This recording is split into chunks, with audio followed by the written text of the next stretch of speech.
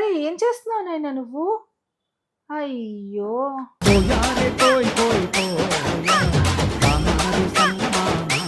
దారుణం అస్సలు. చాలా దారుణం. ఈ వీడియో చూస్తుంటే మీకసలు ఏమనిపిస్తుంది? కత్తందుకో జానకి. ఒక కత్తి తీసుకొని పీక కోస్తున్నట్టు లేదు. ఏదో కోడిని కోస్తున్నట్టు, పీకను కోస్తున్నట్టు ఉంది. లేజర్ చేస్తున్నాడా? లేకపోతే ఇంకేమైనా కత్తి తీసుకొని పీక కోస్తున్నాడా అన్నట్టుంది. చేసే వర్క్‌లో ప్రొఫెషనాలిటీ లేదు. ఫస్ట్ ఆఫ్ ఆల్ చేసేటటువంటి పర్సన్‌కి నాలెడ్జ్ లేదని క్లియర్‌గా అర్థమవుతుంది. తర్వాత గ్లౌజెస్ వేసుకోలేదు, గాగుల్స్ పెట్టుకోలేదు.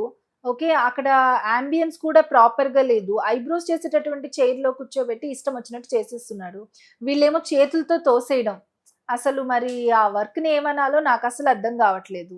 ఇలాంటి అన్‌ప్రొఫెషనల్స్ ఈ విధంగా వర్క్ చేస్తే ఇంత అన్‌ప్రొఫెషనల్‌గా బ్యూటీ ఇండస్ట్రీ ఇంకా డౌన్ అయిపోతుంది ఖచ్చితంగా.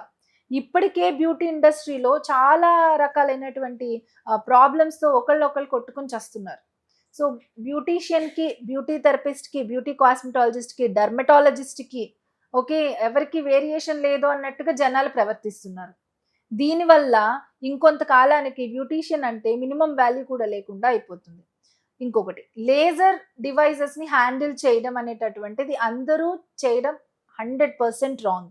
దానికి సర్టెన్ లైసెన్స్ ఉండాలి. దానికి సంబంధించినటువంటి నాలెడ్జ్ ఉండాలి. లేజర్స్‌లో కూడా చాలా రకాలైనటువంటి లేజర్స్ ఉంటాయి.